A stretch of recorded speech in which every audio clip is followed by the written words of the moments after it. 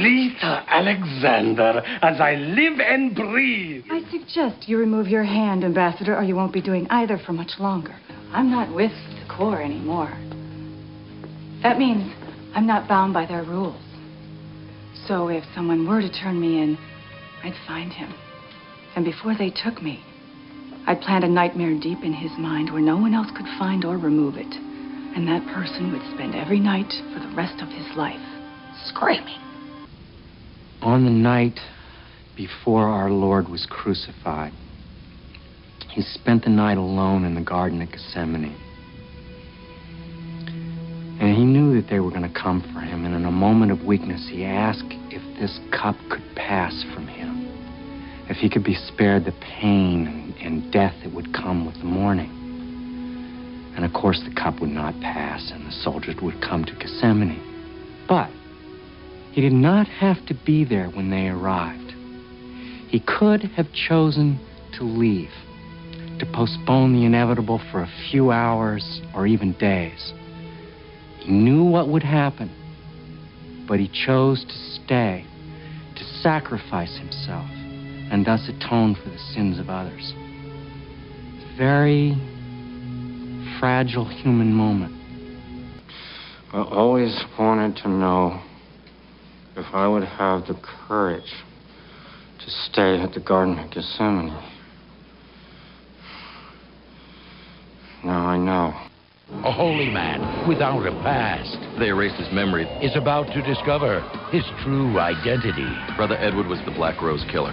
Someone who wants him to remember. On an all-new Babylon 5. You have transmissions holding.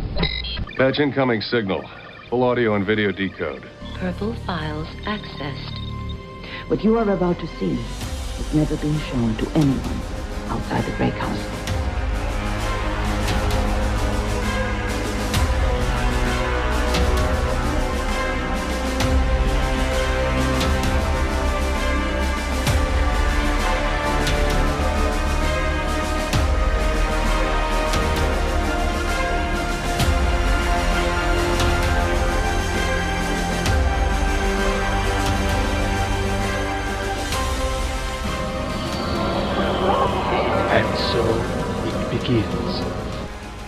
Hello, everyone out there in podcast land. Welcome to Grey 17, a Babylon 5 podcast, a part of the Front Row Network and NPR Illinois Community Voices. We are a group of first ones who have watched every episode of Babylon 5 far too much, and some newbies who are watching for the very first time. And we are here to discuss Passing Through Gethsemane. I am Scott, and with me is Emily, Blake, Justin, Kevin, Jessi, Mike, and Nicole. Before we get started talking about the episode, a reminder to please check out all our social medias. We have Twitter, Instagram, Facebook. If you're listening to the audio version of the podcast, you can find our YouTube channel, linked below. And if you're listening or watching on YouTube, you can find the audio podcast, linked below. We also have some merch linked below. And finally, we do have our Patreon, which allows you to access our Discord server. And thank you very much to our Grey Council members, our producers who are listed down below, who give the highest amount on Patreon every single month. We really do appreciate it. And a reminder to please help us out and give a review, specifically on Apple. You can also review on Audible. You can do some stars on Spotify and so many other places. But really, if you can do us a solid, Apple is the key resource to leave your review for, because that is what's going to help more people see the podcast each and every week. And we continue to grow this sucker, and it's because of the help that you're giving us through those reviews. So thank you very much. And of course, if you haven't subscribed or haven't hit that like button and notify button, please do so as well. So let's go ahead and start talking about Passing Through Gethsemane, which I did not bury the lead last week, is one of my favorite episodes of the entire series. So I'm looking forward to finding out if I'm alone or not in that feeling. So Kevin, let's get a synopsis going. Kosh's ship arrives at the station bearing a surprise visitor. Lyta Alexander returns after visiting the Vorlon homeworld. Brother Edward, a monk with Brother Theo, visits with Delenn to discuss religion. Soon he begins to hear voices. They discover that Edward is experiencing repressed memories. Someone is forcing him to relive past moments. Dun, dun, dun. We'll go into first impressions from our newbies first, and let's go to Nicole first. First impressions. Man, this episode was intense. I'm not gonna lie, the end of it made me cry. There was a lot of moments in this episode where I thought were really powerful. Like the story that Edward tells Delenn about the Garden of Gethsemane. Gethsemane. We're all going to pronounce it wrong. Yeah. Don't worry. I went to Catholic school. I should know how to say this, but I don't. I specifically wrote that down, and I thought that was really powerful. I thought there was a lot of moments in here that were really good. I thought that the whole Lita Kosh thing was interesting. I have a lot of questions and thoughts about what happened with them at the end there, about Lita and Kosh. So that was kind of cool. I enjoyed Lita being a renegade telepath and basically kicking that Centauri's ass mentally. So that was cool. But yeah, the whole storyline with Edward and all that, I thought they were going to go down the Black Dahlia train, but why are you looking at me like that?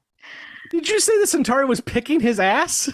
No, she kicked his ass, like mentally. Kevin heard the same fucking thing. I heard you said picking his ass mentally. No, I said kicking his ass mentally. Kicking. She basically came in and kicked his ass mentally, and it was awesome. So now I lost my train of thought. Anyway, I thought they were going to go down a Black Dahlia type thing because, we already had Jack the Ripper, and I was like, don't do this Black Dahlia thing. But it was different. So, but yeah, that was a pretty good episode. I have a lot of comments and thoughts. Finally saw Zach Allen again. That was cool. Yeah, I thought overall it was a really good episode. It was really emotional, and it kind of tugged at my heartstrings a little bit. Centauri was picking his I ass. didn't say that. Stupid internet. It was perfect. And again, wasn't just fucking me who heard it. Okay, Jessi, first impressions. I'm eating. Would you like me to go to Emily first? No, it's fine. This whole episode really brought some previous conversations to the forefront because we've talked about erasing the memory before, and like some of us didn't think that was punishment enough for somebody that's killed 9 people, and then we see a whole episode about it. So it was a great episode. I really enjoyed it. A lot of things happened. A lot of different levels of things. So I enjoyed the episode for the most part. Emily, first impressions. I spent a lot of the episode thinking, what the fuck? Just because there was so much going on, and some of it was quite strange, specifically the gills on Lita's neck, which creeping me out. Still really disturbed by those. I am glad that they addressed the loss of personality issue and using that as a punishment, because we did have a lot of questions about how effective that would really be, and can you truly wipe all that away wipe all that out of someone's brain. So overall, I really liked it. Just really screwy episode. And Justin, first impressions. I mean, I loved it. Of course, I can't say if it's one of my favorites yet, but I did really enjoy the episode. Very powerful and moving with the story of Brother Edward. I like the fact that they're bringing them in more. I like the brothers. I like Brother Theo, although I'm not necessarily as trusting of Brother Theo, I think, after this episode as I was before. Lita was a boss bitch. I loved it. I really enjoyed seeing her come back, and I really loved learning more about the Minbari religion and how that works. And then I wrote down what the fuck was up with that last scene. So I can't wait to get to that part. But overall, yeah, really enjoyed it. Can't wait for the ensuing discussion. And now we'll go over to those who have watched the entire show at least once or 20 times. Mike.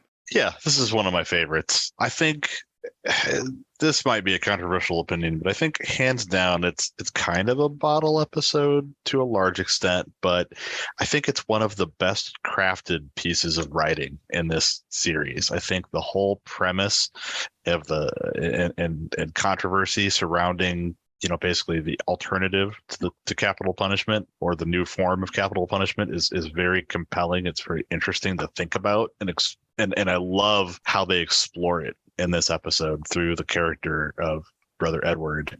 And what an actor to play Brother Edward. Brad Dourif is incredible. I mean, old Grima Wormtongue himself.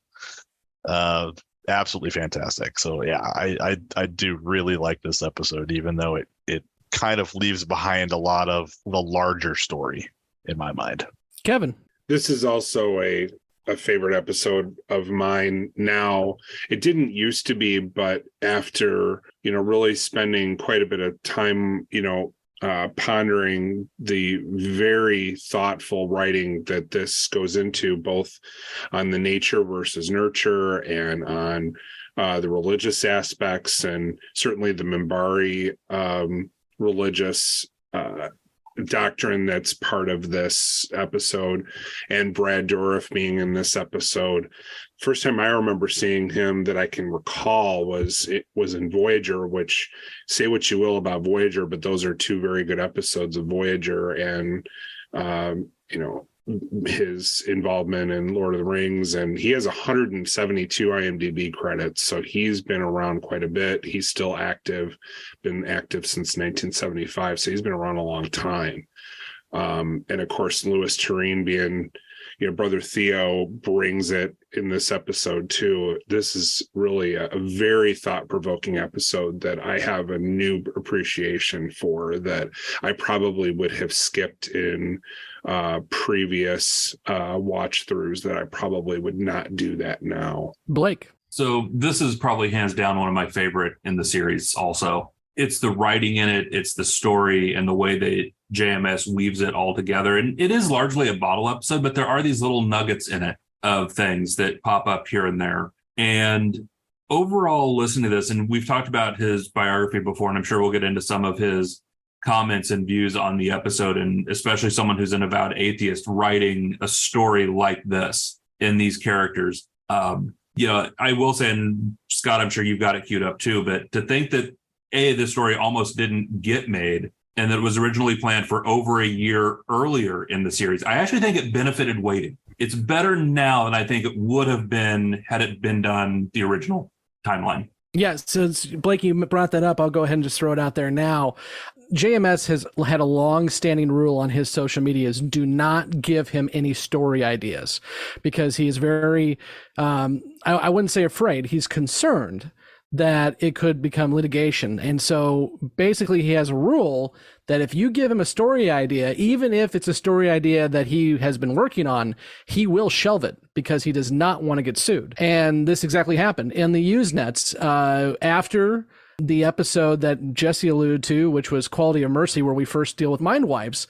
Somebody on the Usenet said, hey, wouldn't it be a great story if somebody finds out that they were mind wiped and having to deal with that? And immediately JMS shut down the script and said, okay, I can't do this now because somebody threw it out on the internet. And that was for season 2, like Blake had mentioned. It actually got to a point where JMS was done, because as we've all seen, JMS can be kind of a curmudgeon. So he was done with the story. He's like, I'm just not going to do it. The guy who went ahead and gave the story idea without realizing what they were doing actually sent JMS a notarized letter saying, I will not sue you if you use this idea. And that's when finally JMS said, okay, we'll go ahead and move forward with it for season 3. But I agree with Blake that it definitely is one of those where I think it fits much better here. And also, to be perfectly honest, JMS has gotten better at his craft in 3 seasons of the show. So I think it absolutely is a good point there. Blake, did you have anything else for impressions? No, I think that covers it for impressions. Just overall, great story. And the other piece on this, I'll add on impressions, the director of this one. Yep. Adam Nimoy as a director is someone, when he gets a script, I mean, he wants to understand it. He wants to know all about it and get the tone of it, get it right. And I think he was absolutely the perfect choice for director on this one also.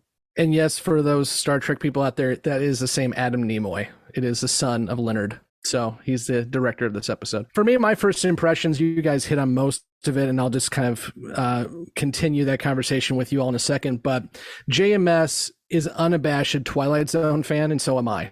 Twilight Zone is probably my favorite classic TV show of all time, if not my favorite TV show of all time.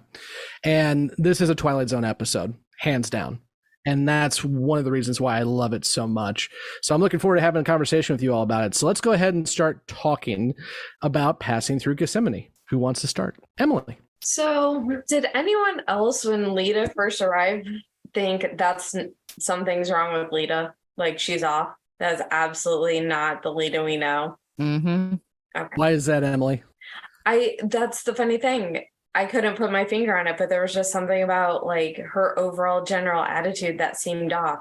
And going through the episode, like when Dr. Franklin was examining her and he's like, why is your health better if you were near death? And she was just like, I don't know what you're talking about. Like, how did she not know she had these health issues if Dr. Franklin knew? And they'd probably like someone has told her before. It just all seemed very suspicious. So yeah, anyone else think there's a second Vorlon coming to B5 and using Lita as an encounter suit, basically? Justin, you got that tinfoil hat?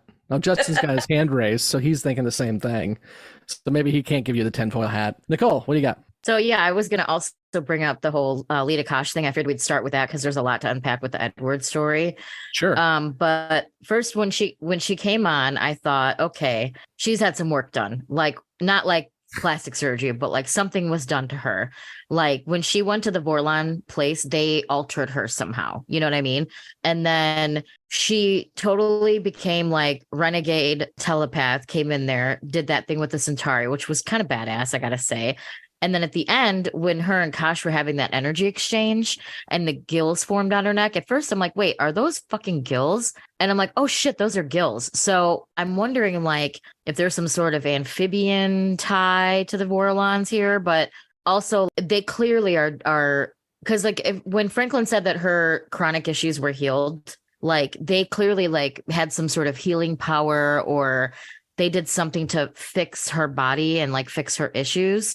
And she's now at like peak health, you know? And then when she was like, oh, well, if they come for me, the Vorlons will protect me. And like, you know what I mean? So I don't know if she's going to be a Vorlon in an encounter suit, but I definitely think she's maybe a pet or like something like there's a reason why she was chosen.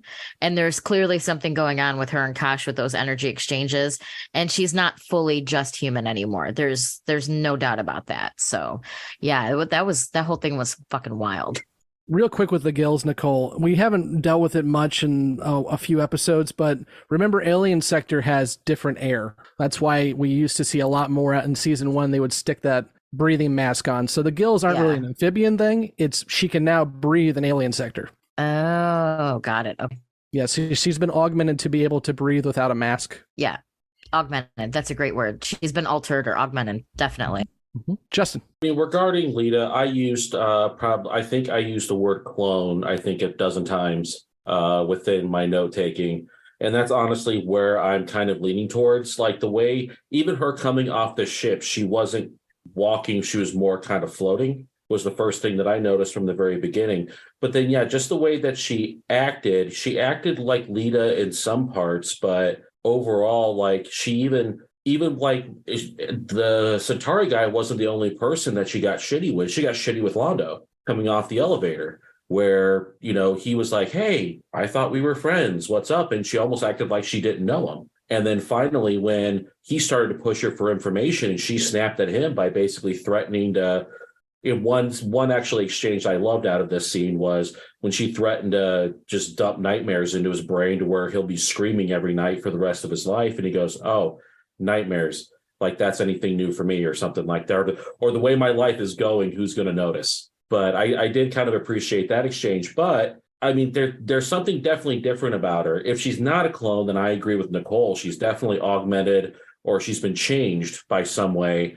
Because at first when Franklin was examining her in the medbay, I first was wondering, well, then what does the Vorlon homeworld, is the Vorlon homeworld something of like a Garden of Eden, where it just kind of healed all of her? And then, of course, that started me going down the rabbit hole is, well, are the Vorlons the basis of the Garden of Eden in the Bible and everything like that? But yeah, I went down a rabbit hole during some of this episode.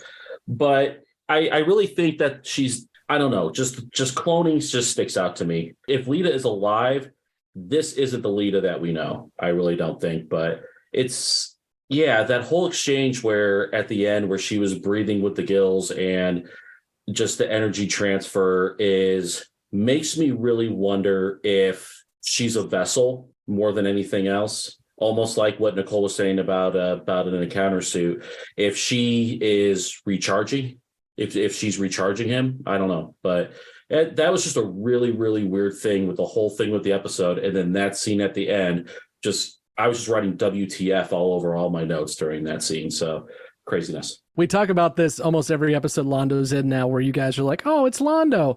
Hey, why would you pretend you don't know Londo? Between the time she saw him last time and now, he's killed 1 million Narn. I wouldn't want to talk to the guy either. Yeah, he got everything he deserved. Yeah, he also put his hands on her and she didn't like that. Well, and the thing about that exchange is he makes it pretty clear, in his kind of his manner during it is, I'm only being friendly because I want something from you.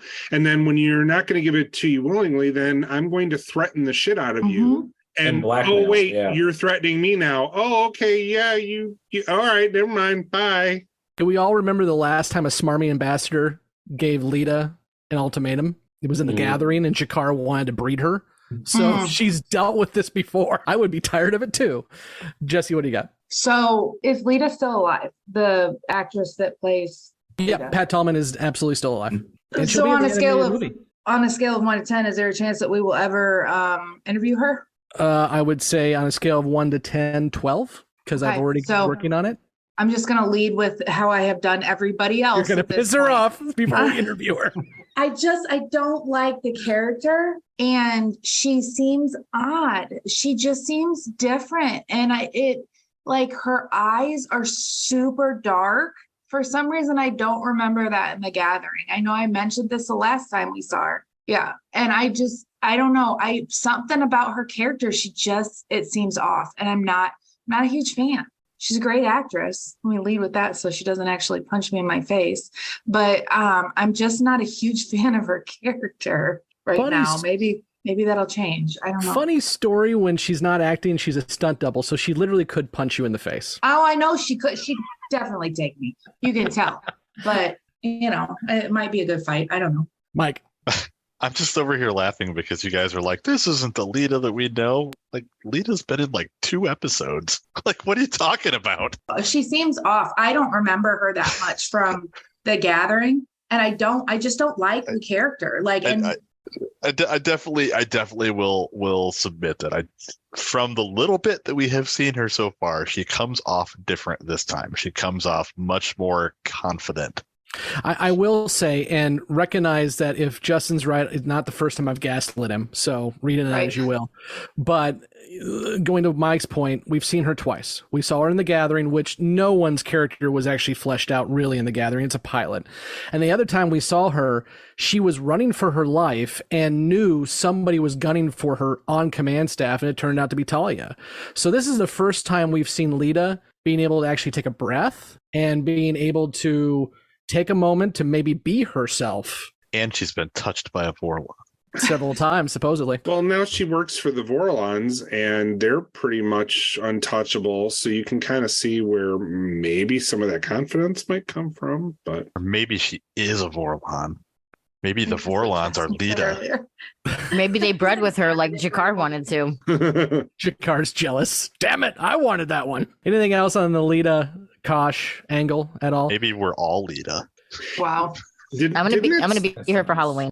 Didn't it sound like Kosh was slightly different in this episode to anybody? I'm not convinced they're always the same Vorlon, so we got that. He just seemed different. Like his speech sounded different. He had a lower voice. He had it was almost like a lower octave than what he usually does. And I've said this before, and I'll just continue to say it for folks who join on the show and maybe haven't listened to other episodes. For the past almost season now, JMS is directing all of Kosh's voice acting.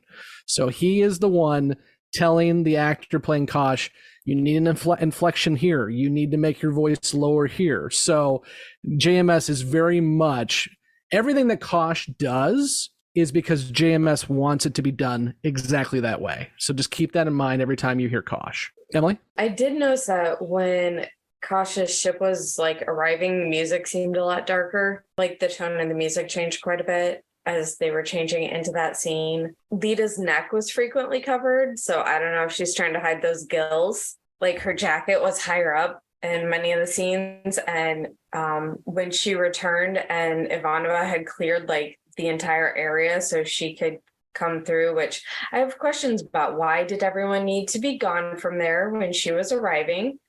She had that same jacket on that was covering her neck. So... Well, remember too, Bay 13, where Kosh's ship always goes, is usually not messed around with. Remember we had that episode where Sheridan and Ivanova checked out the ship. It was one of the first episodes Sheridan was on.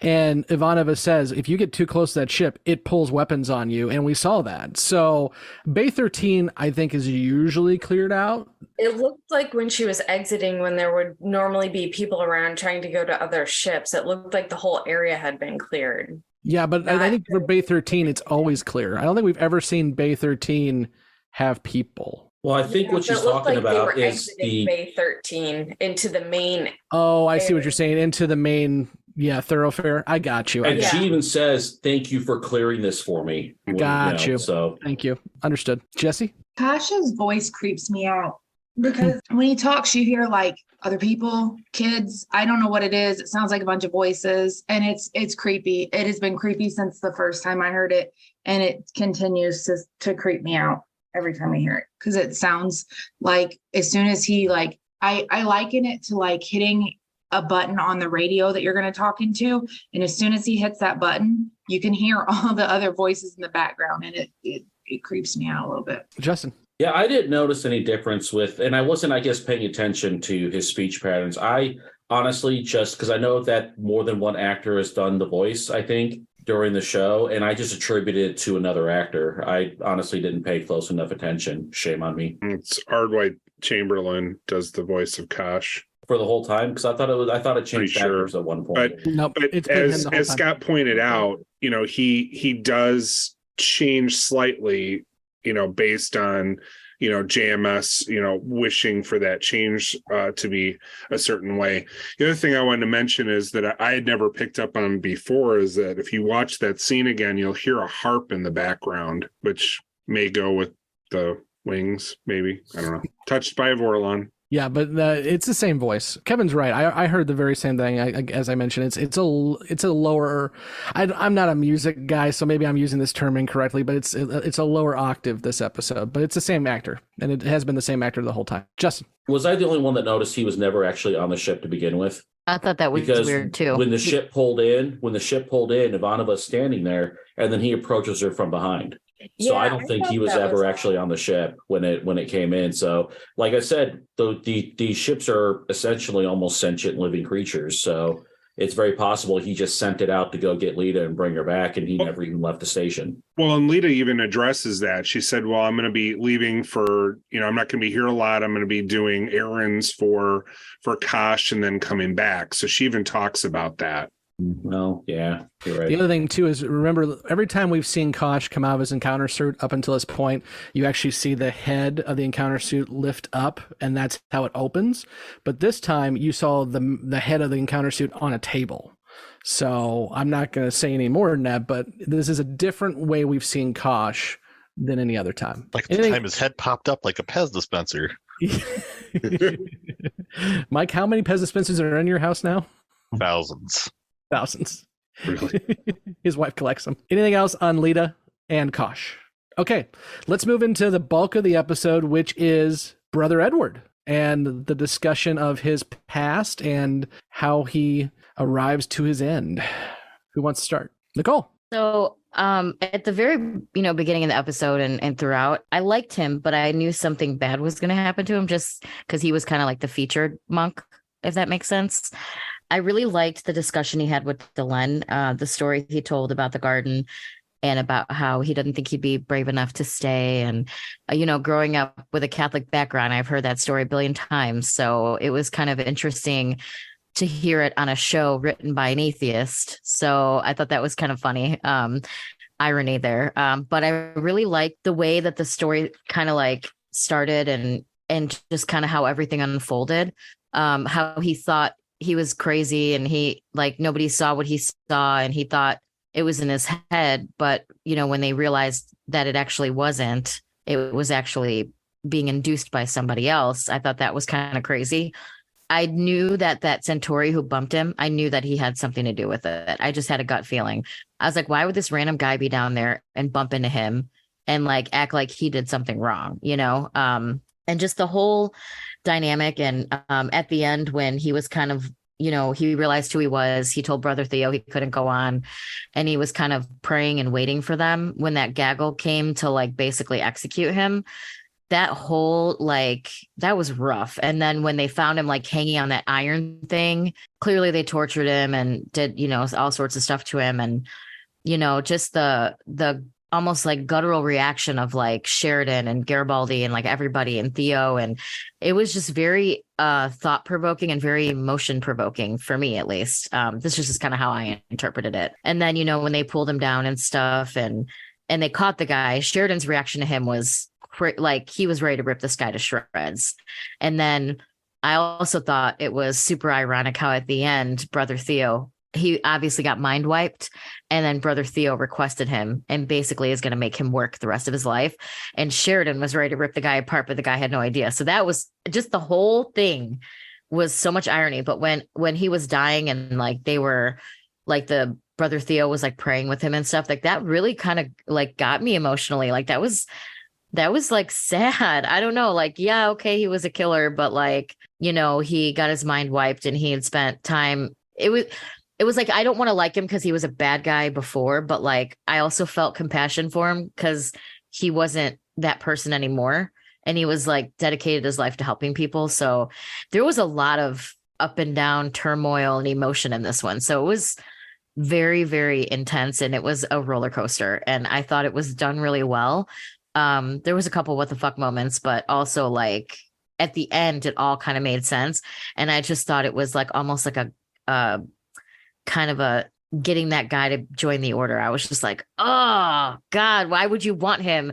But then when Brother Theo tells Sheridan, remember we were talking about forgiveness, and I was like, man, don't forgive that motherfucker. I was mad at him. So yeah, anyway, I've talked too long. I'm sorry, but it's just, I have a lot to say about that whole story. I want to point out, when I asked if somebody had the plot synopsis, Nicole didn't volunteer. Kevin did it, but Nicole just gave us the plot synopsis. So. Well, I did the last one, so I figured people might be sick of me. I talk a lot. I don't want people to get sick. I'm just giving you shit. Blake. So, and Nicole, you bring up this whole notion of this episode really gets into theories of faith and forgiveness. And keeping in mind, this is an episode written by an avowed atheist. You know, he wrote this episode with these very religious, I mean, theologians can debate these topics ad nauseum. And here's this atheist writing this. He even, that last scene with Brother Theo giving the last rites to Edward, you know, he reached out to the Catholic Church and got a copy of that and used it to modify what he wrote in this. But as Scott and I, who have read his biography, this is a guy who has lost people through his life, in his family, has been surrounded by death and darkness in areas of his life. And he flat out says that he is not able to forgive, that he is closer to Jakar with the sliced open hand, with the drops of blood going dead, dead, dead. And he says that's who he is. So for him to write these characters that are who he isn't is part of the appeal and the fun he gets to have as a writer. And I think it shows in this whole episode. This is him having fun and writing the people he isn't. Couple points to that too, Blake. In his autobiography, when you all can read it, he was nearly murdered twice in his life. Once by a family member and once by a street gang. Like, he nearly was killed. So him and murder go hand in hand too in his experiences. To Nicole's point, when you mentioned Sheridan's interaction at the end, I did throw out on Twitter and Facebook asking folks what they thought of the episode, and Alexander, who's one of our producers, said, my favorite part is the very end when Sheridan needs Brother Theo's authority and guidance to practice the kind of forgiveness he talked about throughout the episode. It shows a moment of weakness in our hero and how important it is to rely on others. And Blake, to your point about the religious aspect, Mike Williams, who actually runs Gray Sector Podcast, or is a part of Gray Sector Podcast, said I love how JMS is able to write religion and religious people really well. Mm-hmm. Kevin. Yeah, that was one of the points I wanted to make, is that JMS has said that just because he's an atheist doesn't mean that he doesn't like well, clearly he likes writing, religion into his shows because he thinks it's a very thought-provoking aspect to bring in. And of course, this brings in, capital punishment and brings in the nature versus nurture debate, which I found very interesting because it was really clear that he was no longer the same person at all. And it definitely, without really being in your face about it, argues that, it's more about the nurture side than the nature side, which I think, most people who are, born into a, with genes of people they wish they wouldn't necessarily wish they had been, would agree with. It's pretty clear that one of the arguments of this episode is that the nurture side is more important. But I just wanted to also point out that it's interesting when they were talking, Delenn was actually really key to this episode in a couple of ways, because not only was that Lanier and Delenn discussion really interesting with brother Edward, but her discussion with Garibaldi was really interesting too, because it really brought in the small c conservative viewpoint into play and allowed her to kind of hey, but isn't that a problem, and type of a thing. And so it allowed for a really thought-provoking couple of scenes. But Bill Mumy actually commented how much the crew really enjoyed working with Brad Dourif in this episode, that he really brought it, and it got some of the best performances out of the rest of the group too, because they thought so highly of his work. And certainly him having the number of IMDb credits certainly would bolster that argument. But it is a very, very thought-provoking episode. It's one that I think I'll be thinking about for a while, because I've been anti-death penalty for a long time, and it really is okay, well, if you are or you aren't, how do you feel about this? And it's like, well, I don't know how I feel about it, because it's all pretty theoretical, but it is really interesting. I'll give it that. Nicole, you had something about the scene. Yeah. So maybe I interpreted this wrong, but did Delenn not get the reference, an eye for an eye, a tooth for a tooth? Like, did she not get it? Wouldn't, given that that's an Earth. It's a human. Yeah. I just thought that was kind of cute, actually.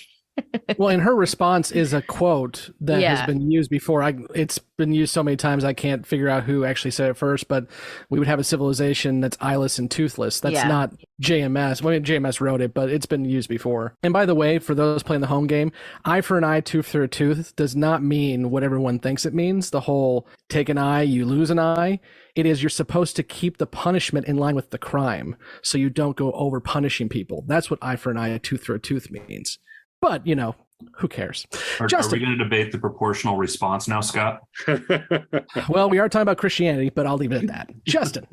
I know Nicole had mentioned something about she wasn't really sure if she could really like Edward's past, or Edward as much as she wanted to, given his past. I actually think his past revelation made me like him a little bit more, especially the way that he responded to those revelations. You could tell he was absolutely horrified and repentant by the person that he was. So even after, I think it was when Theo confronted him about it, and he's like, no, justice has to be done. I have to meet my fate. And he even walked in, and that's what kind of makes the whole thing so moving towards the end, where he did be brave in the Jesus Garden, because I can't remember the name of it. And then the one other last thing that I wanted to say on this point was that scene with Sheridan at the end. I felt Theo was extremely standoffish with Sheridan, to almost make me question. Like, for some reason, I just saw him in a different light. Like, why is he being this aggressive with Sheridan when, Brother Malcolm was brought in? And, Sheridan's reaction to it. And it almost kind of felt like I couldn't trust Theo, but as much as I did in the past. But with this discussion, I actually completely reversed that. So that's one thing I like about these discussions, is it makes me realize that this was more about forgiveness and less about Theo trying to hide something, which is very non-tinfoil hat of me. So thank you for helping me with personal growth.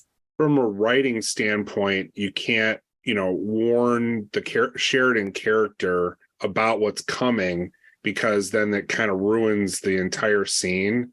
And it definitely is very like it gets into that forgiveness, which Theo is right. That is the hardest, or one of the hardest things in life. I thought that at the end of that scene, you're like, man, that was really well written. But it does make you think, oh, well, maybe Theo should have warned them. Well, from a writing standpoint, I'm not sure that was really possible. And I'll go one step more and say it wasn't just well written, it was well acted too. Because the whole point, and Justin, I know you've already said you kind of changed your opinion on it, but the way I see it initially is it's not Theo coming at Sheridan. It's Theo ensuring that Malcolm, who is very fragile because of many reasons, he's just joined the order, he has implanted memories and so forth and so on. Theo is being very protective of Malcolm throughout that, and you can tell that with the acting too. And by the way, Jesus Garden has to be a chain restaurant in Florida. If not, we have to start one. Mike. A lot of things have been touched on already, and I actually hope we talk about some of these other aspects too. But this episode is beautiful because it is a multi-tiered thinker. There are a number of different facets, from nature versus nurture to the morality of what they're even doing as far as their new form of capital punishment.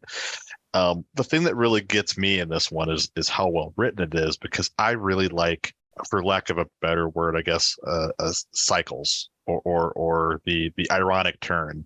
So like, not only do you have Brother Edward giving the story of Gethsemane, and then basically throughout the episode, by the end he lives it out himself. He kind of foreshadows his own destiny.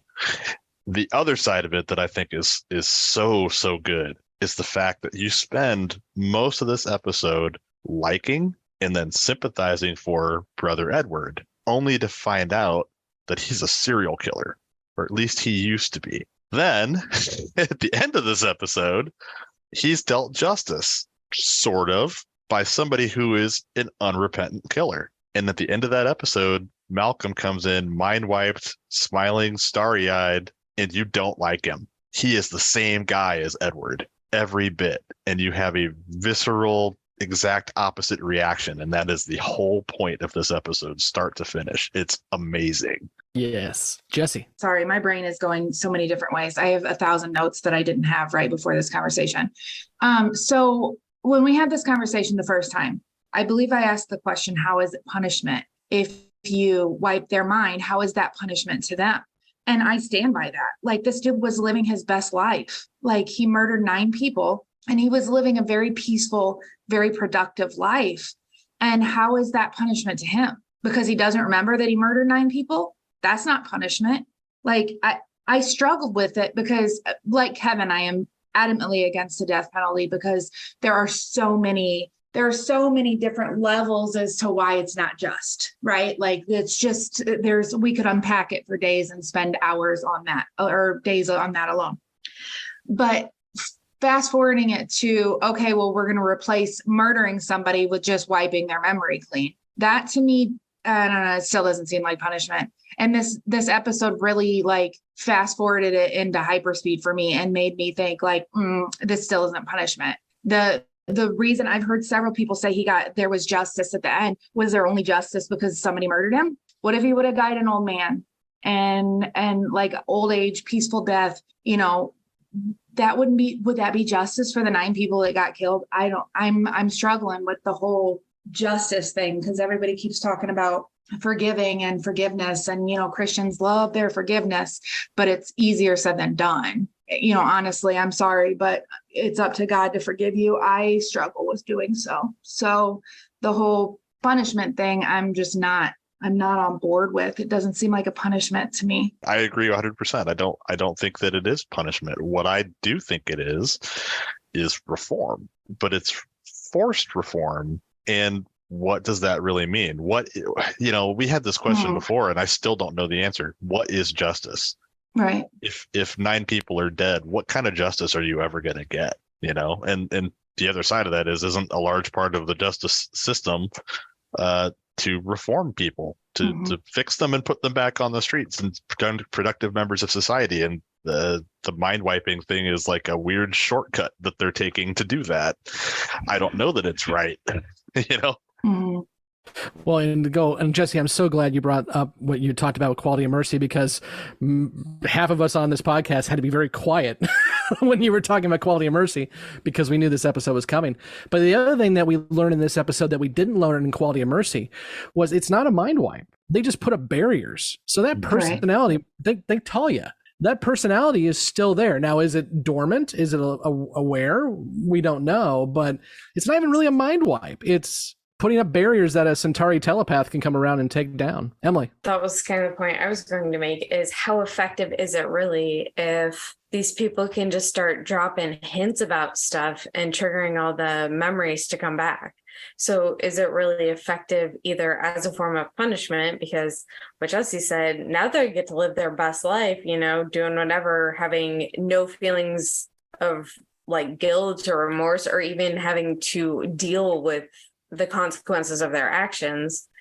And then, oh, look, people can, like, the victim's family can hunt them down and trigger all these memories to come back, which then created a whole new situation. And then they had to do the loss of personality on someone else because of it. So it doesn't seem an effective method of really anything. Jessi. I like Mike's point about reform, because you're 100% right that the justice system, love it or hate it, fails in several different areas. We send people to prison, and let's be very clear, there is zero reform in a prison. And in fact, it does usually more harm than it does good. But when I watched the first one, when this concept first came up, my understanding was they got their mind wiped and then they went and did like physical labor somewhere, like just like a chain gang, right? And so that was how I saw it. And then when I see this guy and what he's doing to serve the communities that he hurt in the first place, it was nothing like I saw it the first time. So it's interesting what you said there too, because to me, if it did work that way, how fair would it be that you are mind wipe? You become a brand new person. And now you gotta and then you're like, hey, go break rocks. Sure. And reasons. that totally, it totally makes sense. But that for the first time that we had that conversation, that's kind of, I don't know why, but that's kind of how I took it. And then, this is definitely more progressive if you're talking about reform. But then you have to balance that, like you said, with justice. And how do you get justice? And can you ever really get justice? And, you could stand there and murder him and it's still not justice, because it still doesn't bring back the 9 people that he killed. So it's a weird dance that our justice system still does to this day. Kevin. I think that it is more about a punishment. It is also reform, but the fact that society is completely rejecting who you are and wiping, hopefully permanently, although we know that's not the case, wiping permanently from existence who you were, that's as much of a punishment without killing somebody as you can really get. But I think that they kind of allude to the fact that it is a situation where they need to be sent away from where they used to be to try and minimize the opportunity for the whole thing to be figured out and for victims, families, or anyone else to come after. But clearly they needed to make it more foolproof than that. To me, when I was watching this several weeks ago, I had remembered this as Brother Theo was in on it initially with Brother Edward, which is clearly not the case. But it may have made things a little bit better if he had been, or somebody in the order had been, to the point that they could try to protect him a little bit better. So maybe that's a flaw in the system, although the writing certainly is interesting the way that this is. You wonder if Brother Malcolm will be better protected. I would imagine that he would be. But this episode is by far the one that I'm probably going to come back to every once in a while. Not just because I have such an interest in capital punishment, thought, but the fact that the religious aspect is so potent in this, when religion isn't particularly important to me at all, but this is very thought-provoking. I have a question for Kevin. So you say that it's a punishment. What greater punishment can you have for somebody, what greater punishment can you do to somebody than to erase everything that they've been and everything that they are? But is it a punishment? Is it really effective if that person doesn't know it's happening? Well, that's been one of my arguments about capital punishment, and we may be getting slightly sidetracked here, but is that killing somebody, it seems like less of a punishment than somebody, being in prison for the rest of their life, to me, because you're giving somebody an out, which I realize is what you and Mike might be arguing with this, and I grant that it's certainly an aspect of that, but with prison overcrowding and costs and the moral implications of electric chair or any other awful death penalty method. I don't know if this was a possibility, and certainly it isn't because it's a science fiction. I just feel like I don't see another better solution necessarily than what this kind of presents, even though I agree. I don't think there really is any, justice that someone can get for killing 9 people. I mean, even somebody like me was very quiet and not particularly uncomfortable the day that they killed Timothy McVeigh, because that motherfucker deserved every bit of the sparks he got or whatever other method they used. Yeah, and it's not really I don't think I'm really asking the question of, is it a punishment, right? Is it, and whether we're talking about one is better than the other, or is it justice, or is it this? Is it, besides reform, which clearly I am on board with, but besides reform, is it effective for that person to not remember what they did, right? Like, is it a punishment to them if they don't remember that they need to be punished? So it begs the question, like, is that really effective to that person? Now, is it effective to society? That's a different story. That you absolutely could make an argument for that. Mm-hmm. Blake. So I think jumping in a little bit there is some of the pieces missing. It's Brother Theo didn't know about Brother Edward. Mm-hmm. It was flat out said, Brother Edward, they'd had the mind wipe done, and he was in a facility that there was I believe they said it was a fire. Yep. Fine. And that he was presumed dead, and that when he basically woke up from this, he had this programmed desire to be of service to society. He ended up in a monastery. So, they didn't know. So I don't think it's just they mind wipe these folks and send them on their way and say, go forth and do whatever. I think there are controls in place. I just think in this instance, this guy fell through the cracks and he just happened to end up in this monastery. And that's why it took the families 9 years to track the guy down, and it's not that it was just having these people turned out into the wild. And I think Brother Theo requested Malcolm specifically to have him in their care.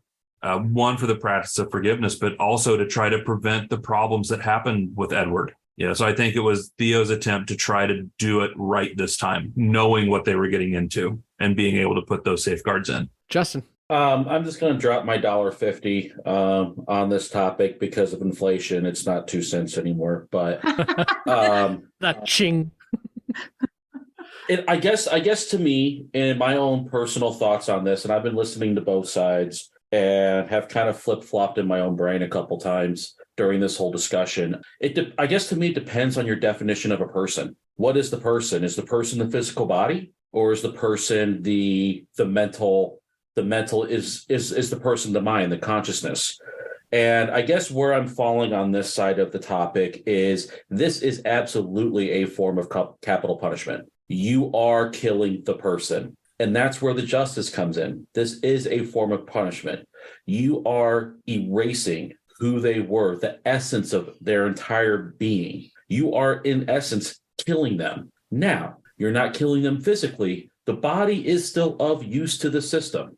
So if you can wipe the mind, if you can erase that person, but still find a way to, in that same body, make that body still of use to society by creating a whole new person, a whole new identity who Is this system perfect? Obviously not. Any half decent telepath can obviously break through the system and bring back some of those memories. But if it worked the way it was supposed to, that new individual, Edward, should have never have known that he was Charlie in his quote unquote a past life. So I 100% think that this is a form of capital punishment. You are completely killing that person, but you're still creating a new person that can perhaps be of benefit. And to me, it's really no different than pumping them full of drugs or pumping them full of electricity and then cremating them. You're still killing a person either way. Justin, that's why I think that scene with Delenn, Lanier, and Edward is so impactful. Absolutely. Because Lanier gets the same point. He's like, we just have a shell, and our soul is a projection of that soul. And Edward doesn't truly understand, but I think at the end of the episode, he does. And to Jessi's point earlier on that same point, is it punishment or not? Edward asks the same question. Imagine if I die of old age and go up to the pearly gates and then have to confess sins I don't know about. Mm-hmm. That's a crisis of faith right there. So yeah, Justin, you're making good points there. Nicole. I also wanted to add to that too is, Jessi had asked, is it a punishment? Like if they don't remember what they did? But I think if they remembered what they did, they would still be dangerous and be a threat. The whole point is that if they say, for instance, if they still remember that, I killed 9 people, clearly he was a murderer. He enjoyed it, right? So if he remembered what he did, he would still be a threat. So it would basically be like, because those feelings and thoughts aren't going to go away. So like, say if they wiped him, but they still remembered what they did. In my mind, I'm just curious, like, what do you guys think of that? Like, do you think he would? I think he'd probably still be a threat. You know what I mean? And it kind of reminds me almost of like witness protection, but of the mind. You know what I mean? Like a whole new identity, a whole new memory, a whole new set. And I think Blake said it. This guy fell through the cracks. Otherwise, I think it probably is handled differently. And Justin made a good point too about, it is a punishment because your soul and like who you are and your memories are your essence, right? Your body's just an outward shell, essentially. And that's kind of backing up what you said, Scott, with what Lanier said. But I really think, like, I wonder what you guys think about, say, for instance, if they wipe everything, but they remember why it was wiped, if you think they would be a threat still, because I think they would. Because if somebody's a murderer, clearly something's wrong in their mind that makes them want to do that and like to do that and enjoy it. Like we saw with Jack the Ripper, like he liked killing those women. You know what I mean? I feel like if they knew what their what they did, it would still be a punishment, but not really, because I feel like nothing would change if they don't fully wipe them. Does that make sense? Did I ramble? No. Does anyone want to answer Nicole before I do? Because I want to answer. I do. It's like I planted her in the crowd, because this is exactly the point that I was going to talk about next, is the fact that, they made a point of saying that Edward / Charlie, he didn't just murder somebody in defense or to steal from a gas station or something like that. Like, he was a serial killer. He murdered 9 people. So I feel like it's always comfortable for us to want to believe that people like that, people that are capable of something like that, are wired wrong somehow. They have a chemical imbalance, or their brains don't work right, or something like that. And I think that is sometimes true, but it brings in, Kevin mentioned it first, nature versus nurture. And what we find out in this episode is, I think, that is not always the case. It's not always that you're just broken and irredeemable. Sometimes it's that you were raised in the worst possible circumstances. And I think this is probably an echo of JMS himself, and so what we find out is once the curtain is pulled back for Edward, because he is a different person with a whole different set of circumstances, and he looks back at what he used to be, he's horrified by it, and he himself doesn't know whether there's anything he can do to redeem himself from what Charlie did. Yeah, Mike, I'm 100% with you, and this is where I disagree with you, Nicole, is the episode tells us, at least in this story, Edward knows. Edward has had the barrier removed. So he remembers these murders. He doesn't go out killing again. He has a crisis and says that now I must face punishment.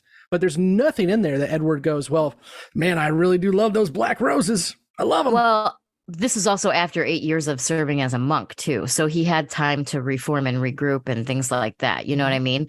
So, but it was just more of a rhetorical question of, do you think that he'd be a threat still? Because I think that the whole point of wiping their mind is you want to wipe everything completely and start blank. It kind of is a shortcut to reform, essentially. You know, I forgot who said that, but like, that's why I posed the question of, do we even think, you know, that is an issue or not? I mean, and I think to your point, I don't think you're necessarily wrong. I think it's entirely possible that for some people in some circumstances, you know, if you forgot that you did a bunch of horrible stuff and then all of a sudden those memories piled back on, depending on what you'd been through between then and now, and, you know, maybe that would be the trigger, but that wasn't the case for Edward. Yeah, at least in this story. Yep.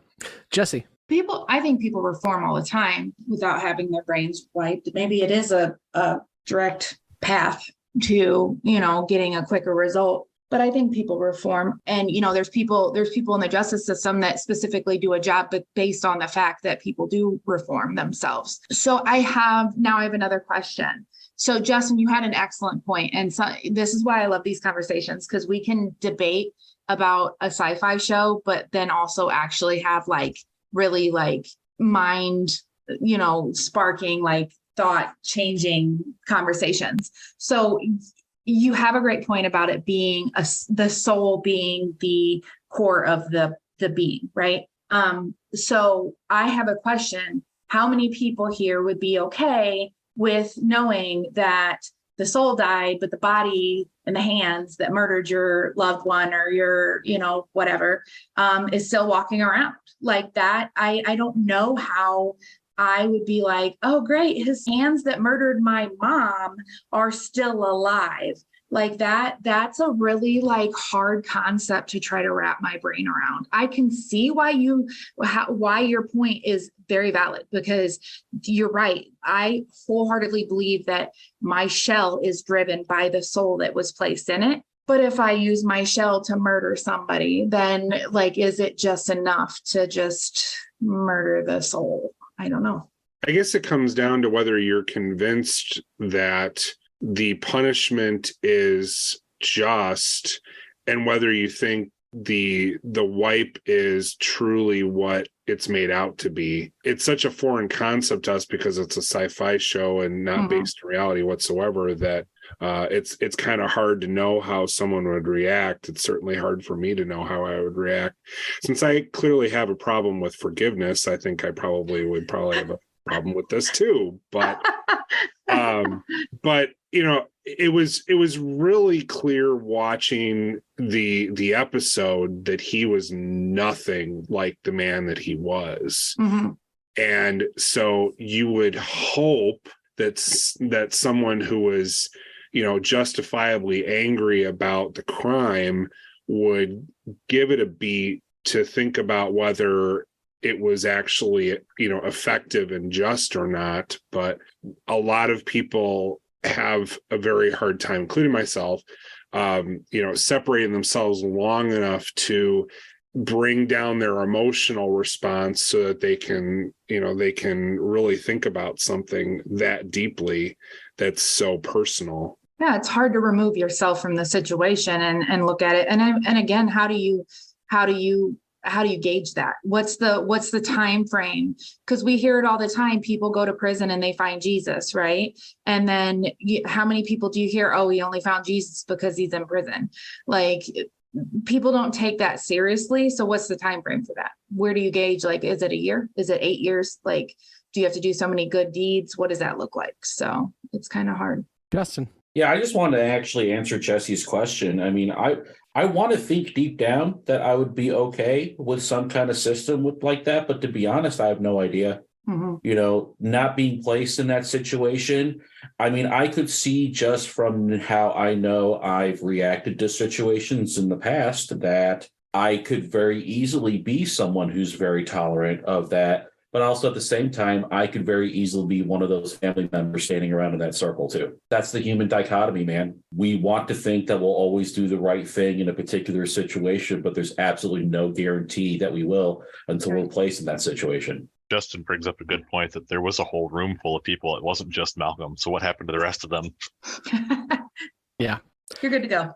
Well, Malcolm even said that there was the whole room of them, but even he said when he was standing before Edward that all of them lost their nerve, and he was the only one that was willing to go through with it. Yep. And he was happy to, and takes full responsibility. Emily. This is such an interesting discussion. And I know we keep talking about justice and reform. And what I keep thinking is, we all know we can't bring back people who've been murdered. We know that. So how do you get justice for that? And are we actually looking for justice, or are we looking for a risk reduction? Are we just trying to hope that no more people are killed? And is that the actual goal?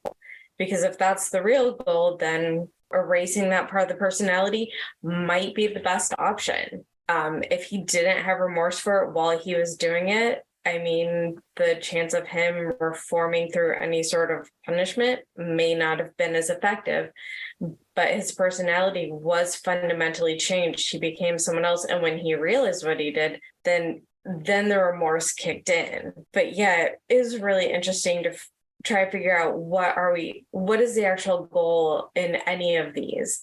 Is it to actually express our anger at what was done? Is it like an anger release? Is that the purpose of the punishment? Is it to reduce the risk of them doing these actions again? You know, what is the end goal? And I think part of the struggle is for everyone, it might be different, because obviously for some of those family members, the goal was for him to die. Was for him to just no longer exist in any form, in any context. They didn't care anymore. He, as a being, needed to be done. And, you know, for Brother Theo, it was more about changing him and taking away the risk that he would do it again. So I find that aspect really interesting. Nicole. And just kind of a follow-up thought or comment is, what do we think is justice? What do we want? Like, what is the answer?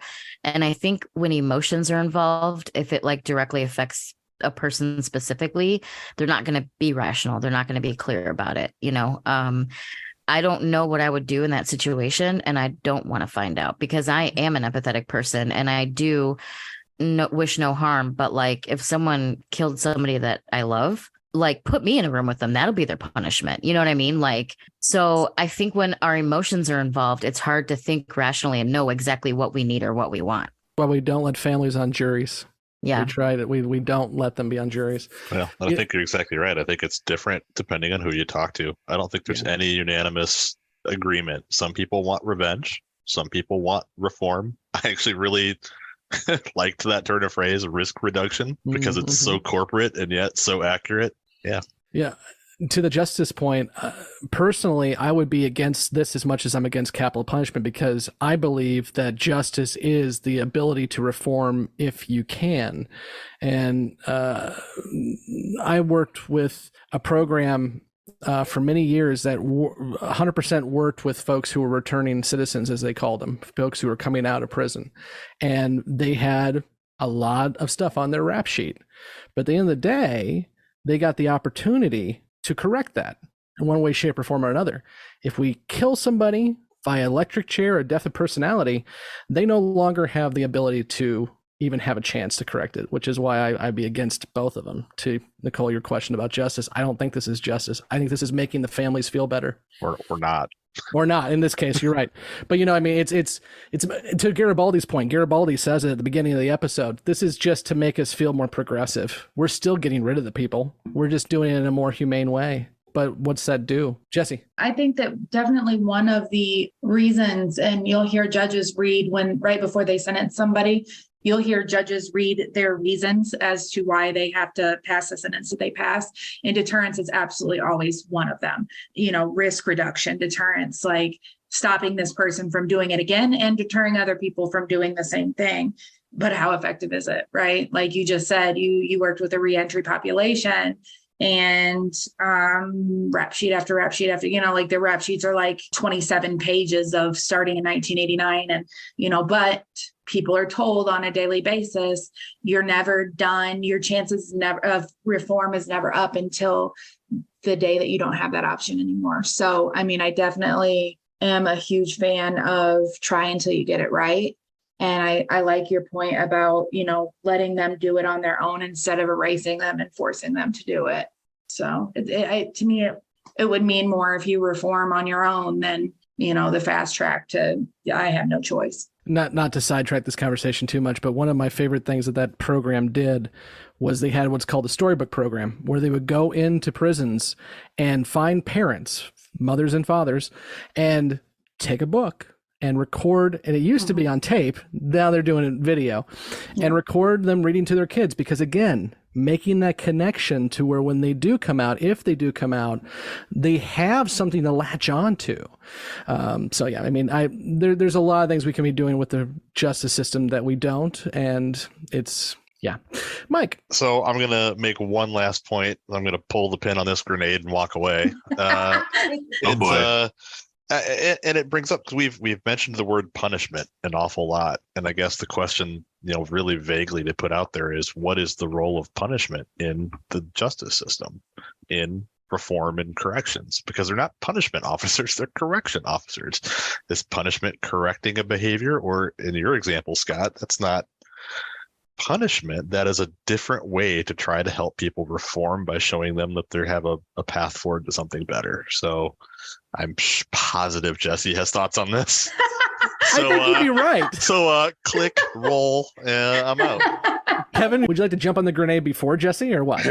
The only thing that I was going to say, which I guess does go along with this a little bit, is that this is a very American conversation, because the rest of the world, or at least the rest of the developed world, if you want to put it that way, I don't mean to be derogatory, has gotten this right a lot better than we do. And that part of it is keeping people out of prison by keeping them from doing crime in the first place. And that's not something that we do particularly well. So I'll just throw that out there. And the other thing I will say, though, is that while I agree that this is probably just as egregious as death capital punishment, what I will say is there is a point at which, and I don't think anyone would disagree, that somebody just is beyond, any sort of reform, and killing 9 people, I would put somebody in that category. So I'm back to this not being the worst idea that's ever been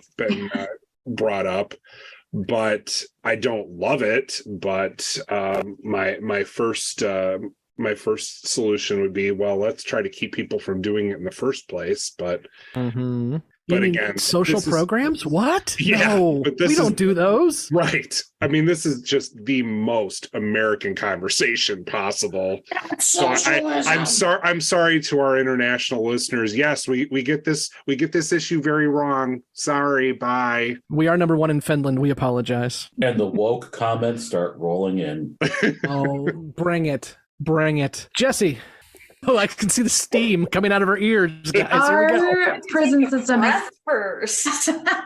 Our prison system is absolutely not about rehabilitation in any way, shape, or form. I believe that at some point that's exactly how it started out, but we're not there. And clearly, everybody has said that. Other countries are getting it right. Other countries. Prison is a place for people that deserve to go to prison, and not everybody deserves to go to prison. But what America does is sends everybody to prison. You use drugs, go to prison. You steal something low level, you go to prison. You murder somebody, you go to prison. All these people are in the same place at the same time, getting better or worse at what they did before they went in. So you're a person of color, go to prison. Yes. You're a low income, go to prison. You can't afford to get out because you can't afford to post bail, go to stay in prison. Like mental health. Yes. Listen, substance abuse, mental health, DV, like you get beat on, go to prison. You get, it's just like, we're not doing anything in the prison system that is helping people come out and be more productive citizens. So then when you put them on community supervision, i.e. parole or supervised release or probation, they go right back into the same situation. And then they have the luck of being able to meet all of the wrong people in prison. The people that are supposed to be there, they met them and they got out. Those people that are supposed to be there don't usually get out. So we're not doing what we should be doing. It is absolutely about punishment, retribution, a sanction. Like this is not go in. There are so many programs. I could do this for hours. There are so many programs that they could be doing that they don't, that they used to do, that they no longer do. To your point, Scott, the mothers, they used to do this program, and I know some states do it, but the federal system doesn't anymore, where mothers get to stay with their babies up until 2 or 3 years old. They have nurseries, they have other programs, like those have all been defunded because, why would you want to build a bond with your child? So yeah, it's not about getting better. It's about go sit down for a while and then get out and come be better at what you were doing before. What's the definition of insanity again? Yep. Yeah. Yep. No, 100%. Blake. I would just say I don't think the U.S. prison system's ever been one of rehabilitation. No. And then they overcharged it when they put for-profit prisons in the mix with it. But really looking at this with this whole, death of personality idea, I kind of think that's the carryover is, what can you do with these people to make them worth the cost? You basically make them, for lack of a better phrase, a slave to society at that point. The way it sounds is, you program them to be of service to society. You program them to go do something for society. And you really start to question in the ethics in there of, are they allowed a life with that? Or are they literally just programmed to go do a job to, work as a janitor somewhere and that's all they do? And do they get paid for that? Do they have a living with that? There's so many ethical questions that this would even open up beyond just the whole capital punishment discussion, as to what happens afterwards. I mean, you look at that now, you've got prison industries where you've got inmates working, making clothing, furniture, other things that aren't even earning an appropriate wage for doing that. 15 They're just literally being used as a slave labor class. Mm-hmm. Mike. You guys, I'm trying to get out and you keep pulling me back in. This podcast is my prison. We're just trying to piss off as many people as we can today, Mike. Well, I think we've done a pretty good job of that by now. No, in Louisiana, prisoners can go work in a rodeo. I'm sure, totally by choice. No, I remembered my point now. The question that I was going to bring is, okay, so yeah, how ethical is it to reprogram somebody to be a servant to society? And could we not just as easily, in that case, reprogram Dear Charlie to just not kill people anymore? I mean, let him rehabilitate himself instead of making him rehabilitate. Correct. Shout out to JMS, who has given us an hour and a half of just trying to figure out what punishment means and is it fair or not. I think that's the point we've been trying to make too, is this is a 30-year-old show. Yes. And we're still rehashing these conversations. I mean, we've had an hour and a half conversation on thoughts provoked by a 30-year-old show that are still very much as relevant now as what they would have been then. A show that almost didn't make it because of some dude on the Usenets. Just throwing that out there again. It almost didn't even go to air. We've been talking about crime and punishment a lot in this episode, and I completely am happy that we have. The one other aspect of this episode that I really enjoy is the actual Gethsemane part, and the idea that Edward asks for the entire episode, even before he finds out who he is in a moment of pure judgment, when you know you are not getting out alive, would you be able to have the courage to sit there? And Edward asks of himself, would I have the courage to sit there? And it turns out he did. And I think that every one of us has asked that question at least 10 times in their life. Would I have the ability or courage to take it and know that it's not going to go well for me? And it's just like, yeah, I don't know. Edward found out. Nicole. That's the part that made me cry. And when he said, I am brave enough to stand in the garden and wait. Yeah, we've all been faced with that. Like, when the shit hits the fan, are we able to stand up? And I think that happens to us in our lives in many different ways. And it not necessarily as intense as like, you're going to die, but like, we have to face situations that we don't want to face. You know what I mean? And each of us have a Garden of Gethsemane that is something different. So I think that part made me cry so much and was so hard, because I never in my life imagined that I would be able to take care of a sick parent and like from start to finish be there from, diagnosis to her death. And that was something that was a real test for me. And it put me in therapy. I'm not going to lie. But when you're faced with something, that is kind of a question. Do I have the guts to deal with this, or can I run? Can I avoid it? And I will admit 100%, I am the queen of pretending I'm fine and putting on a smiling face. And 90% of the time, nobody would know something is wrong with me, but I might be dying inside, you know? So I think that part resonated with me so much because he did say in the beginning he wasn't brave enough, but then he said, I was brave enough. And I stood there and I took my punishment. And I was like, damn, yo, why you got to make us question every fucking situation in our lives? Like, I was like sitting here ugly crying watching that part. Jessi, would you like to ugly cry as well? I am not a crier. I don't know if you guys haven't noticed, but 20 years, you probably seen me cry like once. I definitely agree that I think that it's all about what your cause is and what you're willing to stand there for. Mine was always, I asked the question, if I was alive during the 60s, would I have gotten on the bus? You know, and watching the Freedom Riders and watching stuff like that. And would I have had the balls to get on the bus and go and do the scariest shit ever? It just ranks right up there with that. You got to find your cause and how Mike, you can't possibly disagree with me on that. Nope. No, I'm kidding. I'm not. I'm debating whether to even say what I'm about to say because I feel like it shits on this whole conversation in a little bit. Well, that's definitely a Mike move, so go for it. Go ahead. So did Edward only stay there because he was programmed?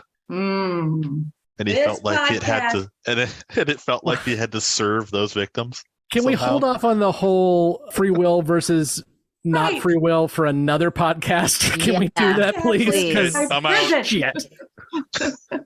I don't have the bandwidth for that discussion. Okay, the first grenade was a dud. This one. Do we have free will, or is it all pre-programmed? Yeah. I would honestly think that the evidence and science says it's all pre-programmed. Honestly. It's all a simulation, guys. It's all a simulation. I'm not going to go that far. I'll take my blue pill now, please. Am I a sim? Is that I'm trying to think, first one, guys. Is there an episode where we can talk about free will? Not this one, please. How far can Grey 17 get up its own ass? Well, I don't know. Let's ask Nicole about that, who talked about a trailer of butt stuff earlier. She may be the one to answer that one. All right. Remember those cycles I was talking about earlier?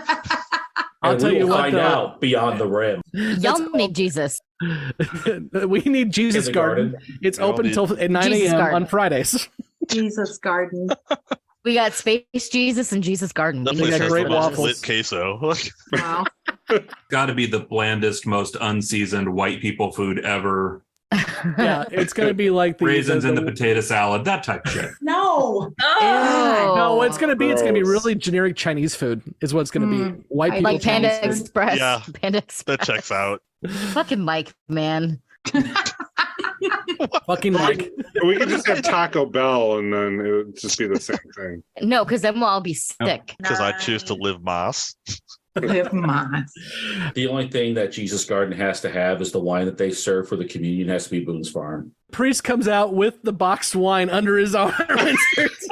And you just stand there and he pours the spout Pours in it your right mouth. in your mouth. Yeah, if there's a hell, we're all going there, kids. But I think we're there. Okay. The only other thing I wanted to add to this episode, and I swear to God, it's not a grenade. One of the things I love about the Lanier comment about the universe understanding itself is it's a Carl Sagan comment that whenever I can comment on Carl Sagan and point him out, I'm going to. So Carl Sagan said, the cosmos is within us. We are made of star stuff. We are a way of the universe to know itself. And I'm sure other people have said it too, but Carl Sagan's a badass. So I'm going to use his quote. Anything else, guys, before we get into questions, predictions? I don't want to dwell on it because my mental bandwidth is spent now, but I actually really did enjoy thinking about what the Minbari philosophy about life is and how we're all one giant unisoul, that was pretty cool. The universe trying to figure itself out. That, has some really interesting and somewhat, I can see how that would be comforting to a lot of people, Which also puts the whole Battle of the Line in perspective. They were trying to wipe out an entire species that they feel is all part of the universe. Interesting, isn't it? That's why they stopped. Clearly not a particular viewpoint shared by every cast of Minbari society. I don't think Naroon would agree with Delenn. I don't think so. Also, fuck can see Naroon. why that would kind of chafe a little bit with the Soul Taker butthole head people. The Soul Hunter. There's our butthole count for They're the off evening. stealing pieces of the Unisoul to put in jars. I'm still remembering the ASMR of Dylan cracking open the eggs. Episode 2 for those who want to check it out. Well, now I'm just thinking about Baja Blast. Okay, go on. Before we go into questions, predictions, I would legitimately want to thank all of you, because this, I think, has been our most interesting and deepest conversation we've had yet, which is what I was hoping for with this episode. So I really appreciate all of you being involved in that conversation. And for those who are listening, be sure to add to it in the comments section. We want to hear from you, because this is an episode. I think somebody already said this is an episode you could be talking about for days and days and days and not get through everything. So add that to the comments so we can continue to talk about it. Let's go ahead and get into questions and predictions. For those just joining us, the newbies will ask any questions they have after this episode because they have not watched past this episode. And then they'll also get predictions for what they think is going to happen down the road on the show. So let's go over to Justin first. Questions, predictions. Can I just say, I'm worried that I saw him smile and pull out a book. Oh, Christ. It's already going to be a 2-hour episode, Justin. Are a lot of the brothers on Babylon 5 also former murderers and criminals? Do we ever find that out? Is brother Theo one of them, for all we know? I mean, not that he knows of. Yeah, not that he knows of. And is that why they're on Babylon 5? Because they're, kind of sent away from society to try and find out their own thing. Then question number 2, what the fuck is Lita actually?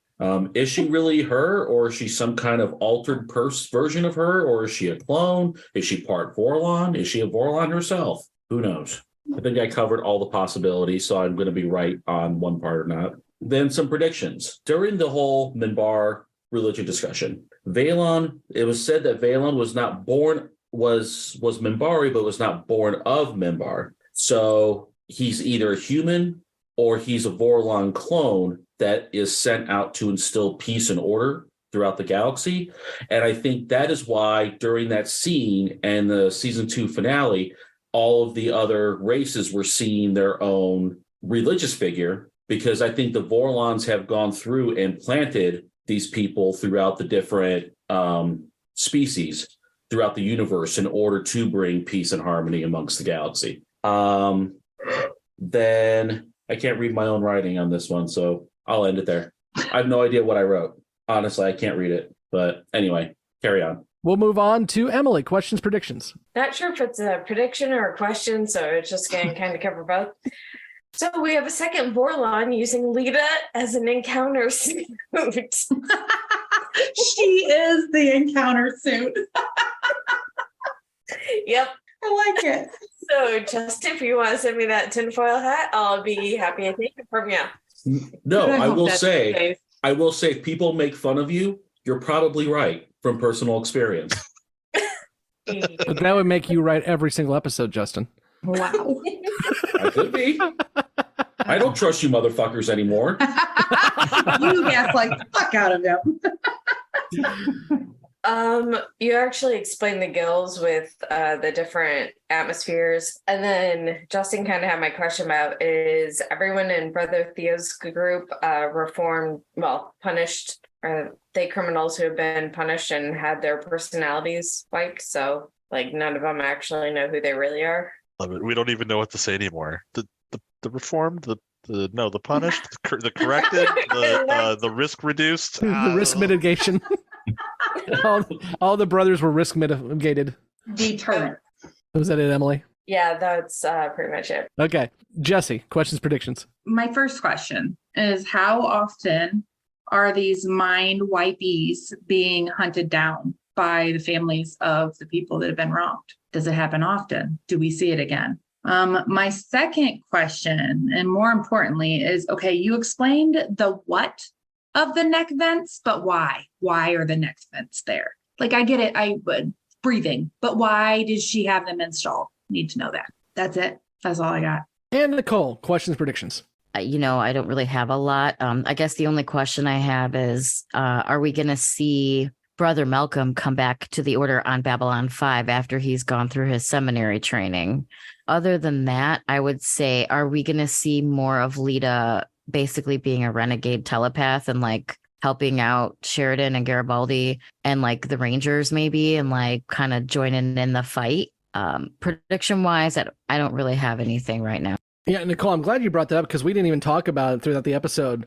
We now have a telepath on Babylon 5, at least part-time, who doesn't have to answer to Psychor. So that's going to be interesting. Yeah. Okay, we'll go ahead and end it there with the newbies. We will be back next week to discuss Voices of Authority.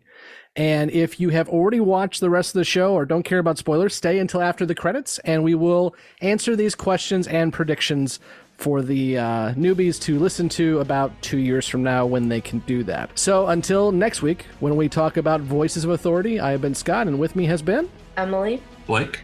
Justin. Kevin. Jessi. Kosh in a mic suit. Sorry. And Nicole. Thanks, Mike. You already broke my brain twice. And remember to like, subscribe, follow, click all the buttons except for the down arrow, and please, please, please leave a review if you can. Specifically, 5-star review would be great because it really does help the channel get out to more people. Thanks again, and we will talk to you later or talk to you beyond the rim. Have a good night, and don't go murder people, please. Is this what we're gonna do from now on? Do I need to like book like 2.5 hours per episode moving forward? And Mike's already asked how far up our own ass we can get. So, I mean, we got plenty of room to figure out here. Fuck your spoilers. Goodbye. Thank you for listening to Grey 17, a Babylon 5 podcast. You can find all the places to listen to and watch this podcast at anchor.fm/Grey17podcast or youtube.com @Grey17podcast. We want to hear from you, so join the conversation at Facebook, Twitter, Instagram, YouTube, or Patreon. Be sure to subscribe and leave a review where you are listening to or watching this podcast. Grey 17 is not affiliated with, and the podcast has not been prepared, approved, or licensed by Warner Brothers or any other owners of the Babylon 5 copyright. All clips included in this podcast are the intellectual property of the respective copyright holders. They are included here for purpose of review, and no infringement is intended. The opening and closing themes are available from Falling Matter on YouTube. And what's out there? The rim. And beyond that, the truth.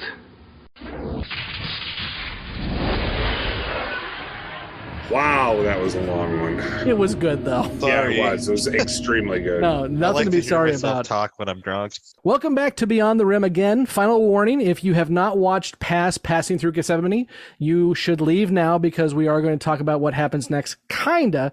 Although because this is a bottle episode and I think most of the discussion was on the front end, I'm guessing this Beyond the Rim episode is going to be fairly short. But let's go ahead and dive in all. And first off, is talking about Brother Theo and his monastery monks, and that is, are more of the brothers mind wiped? Maybe. We don't know. We don't know. I mean, Theo, go ahead, Blake. A couple people asked about the mind wipe and if more of the Brother Theo's order were past criminals and stuff. And I think that's interesting that they were queuing in and trying to say, well, is the whole order then that way? It's like, no, this was a guy that fell through the cracks. That ended up in the order. Nothing in there indicated that the order was made up of individuals who had been mind wiped or who had issues in the past. But if I'm going to pull a mic grenade, I will say nothing indicated that, because if they were, they wouldn't know. Yeah. So what's to say that most of the mind wipe people go into the religious career sector and they just don't know it? Theo could be, Jack the Ripper Part 2 for all we know. Yeah, I mean, admittedly, I had the same thought, going through my mind, is that how many more of these guys are these mind wiped criminals? This is like a thing that's been set up. How many of the dock workers are mind wiped criminals? I mean, anyone in the service industry could potentially be one. But the other thing is, I think security would know, because Garibaldi had access to the records of where up into where they thought the mind wipe, Charlie had died. So I would assume, just based off that, once one of these people gets mind wiped, it gets placed to wherever they're going to be. Mm-hmm.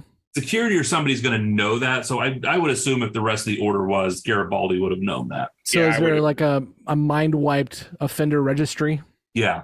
Yeah, I would agree. It seemed like it was pretty clear that, they had some level of control in place so that these people were not only, put into a situation where they were being helpful to society, but that, there was going to be some knowledge of, where they came from for somebody, so that if it ever became a thing, that somebody would know that, which is why Theo knew about Brother Malcolm.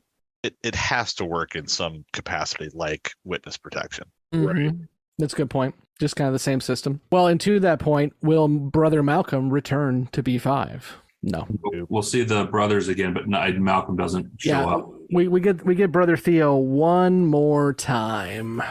Well, and you would think that they would want to keep him away from Babylon 5 because that's where the crime occurred. Well, and that's like when we heard about Charlie/Edward, he was literally removed to another part of the galaxy. Right. After he was mind wiped. So, yeah. How often are mind wipies, as was termed, being hunted down? I don't know. More. It's not something they really go into, after this episode. It is an interesting question, but we really don't know the answer. Mm-hmm. Yeah, it never comes up again. I raised the question with the mind wipe process, because clearly they can wipe someone's personality out and reprogram. And just looking ahead to where we're going to get to later in the season with when Sheridan gets captured, later in the series, when Sheridan gets captured and they want him to make this statement disavowing everything in alien influence, almost makes you wonder why they didn't just jump to the mind wipe thing and set a personality that could have him stand there and say that. I thought that was brought up. And again, I haven't watched the whole series for almost 4 years now, but I thought that was brought up in the episode. Like, I think the interrogator says something along the lines of, we would just have a telepath make you say it, but then they would tell it wasn't you. Or there's something that's said in that episode. I just can't remember. Call something about that. I thought you were going to go with the Garibaldi situation, Blake, there, because, they have the situation later where he's clearly been influenced in a way. But that to me was more of a control type thing. The same thing as Talia. Just a separate triggered personality. Mm-hmm. Yeah, true. Interesting. Moving on to Lita. What is Lita and why was she augmented? To be Kosh's personal vessel. Yeah, but she's still Lita. She's not a clone. She's still I Lita. I probably said too much when I was talking about it, but this is the first time we get to see Lita as Lita. I'm thinking to the episode later where she gets her quarters and she just points out to Zach, why is it that no one talks to me unless they need me to do something? Mm-hmm. Why can't somebody just bring me a pizza or something? This is actually real Lita here. This is the first time we've been able to see her as such, aside from the gills. I think this is maybe an interesting indication of what Morden really is too, potentially. Mm-hmm. Maybe he really is still Morden, but or whoever he used to be. Well, and I think it's interesting, that dichotomy too, because Morden was captured along with the rest of the Icarus, whereas in Lita sought out the Vorlons. She went there, and as she said in this episode, she was basically on her last little bit of life support before somebody finally picked her up. Yeah. So it's Star Trek Generations all over again. I was thinking Avengers Endgame. Captain Marvel shows up at the last second. Vorlons have to come to you. Oh, let's not talk about the Nexus, the biggest fucking plot hole of all time. Yeah. I'm going to launch this torpedo that's going to move faster than the speed of light to a sun, and then the sun's energy is going to move faster than the speed of light to move this ribbon that I could just fly a shuttle into. Okay. Will Lita continue to be a renegade telepath? Season 5. But I mean, in general, though, too. I mean, I'm glad Nicole brought it up, and I said it already. This is a new tool that they have in their toolbox, and they will use it a lot. They will use her a lot. That she is now a rogue telepath that they can. She doesn't have to follow the rules. She doesn't wear gloves. She can do what she wants. She can go ahead and mess with people. When I made this point early on in the series when we were talking about Talia in season 1, and I think part of the issue was they wrote themselves in a little bit of a corner with Talia being a commercial telepath. And they already kind of stretched it a little bit when, we needed to do that mind wipe in season 1, and we don't have a court telepath, so we're going to have this commercial telepath who's supposed to monitor business deals be the telepath to do it. I think they wrote themselves into a bit of a pickle there where they had this clearly defined, you are a commercial telepath, this is what you do, and trying to figure out how to get outside of that box. Whereas with Lita, that box just isn't there at all. Yeah. I had an observation about the fact that the Centauri telepath, the one weak part in the writing is that he was hired to do a job, which was to awaken Edward to his past life, but also that he just decided to try to steal Edward's bag, and that's how he got caught and the whole thing unraveled. Hey man, you got to make a living somehow. I guess. So moving on to the predictions, Justin's starting to go down a rabbit hole here. And actually, I will say in our chat, we have a group chat, and earlier today he said in Valen's name. So he is definitely on the Valen train. So I'm waiting to see how long it takes him to have to be gaslit again. But his prediction is Valen is a human or a Vorlon clone, and the Vorlons planted him, much like they plant all of the visions of angels. He's really into this Vorlon clone thing, and I think we need to push that. Just to keep off track. Yeah, no, I mean, as we've discussed so many times, Jeffrey Sinclair is Valen, and this is one of the major reasons why I'm pretty sure they're not going to be able to watch the animated movie when it comes out, because I think that's probably going to be referenced. I'm just going to guess. So, but he's not a Vorlon clone. He actually wasn't created by the Vorlons. He was created by the Chrysalis, and the Chrysalis was created on Epsilon 3. So, I mean, you could maybe argue, did the Vorlons have a hand in Epsilon 3? We don't know, but I truly think Valen and the Vorlons are two separate things. Now, of course, when Valen goes back with B4, the Vorlons help him to kind of make himself known and to give him some credibility, but I don't think they're involved in making him, unless somebody knows something I don't. I don't think they were involved in making. They were just there. Yeah, I mean, they were there to scare the bejesus out of the Minbari into listening to Sinclair. Just trying to wrap my head around the fact that,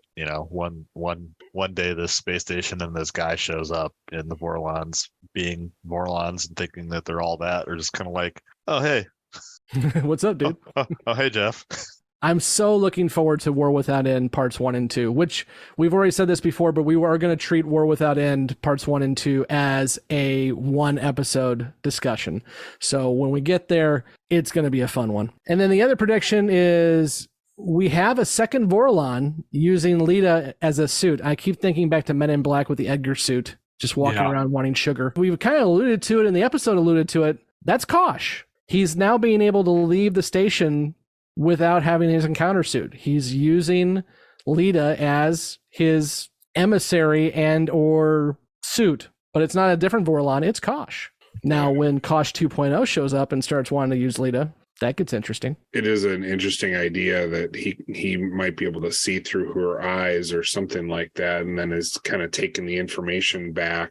It definitely is a whole new look when Kosh 2.0 comes in and is even a bigger bastard than the Vorlons are initially. Yeah, I mean, you can think about Kosh's motivation for doing this too, because on one hand, I guess you could look at it like it being a change in his character or symbolic of Kosh wanting to maybe stray from the typical Vorlon path, and he's actually now wanting to have the ability to explore and view things from a different angle that he wouldn't otherwise be able to, where it seems like Vorlons probably haven't cared much about doing that in the past. The other side of it is that what in the hell does Kosh do in his room all day except watch his big screen? So maybe he's just happy to get out now.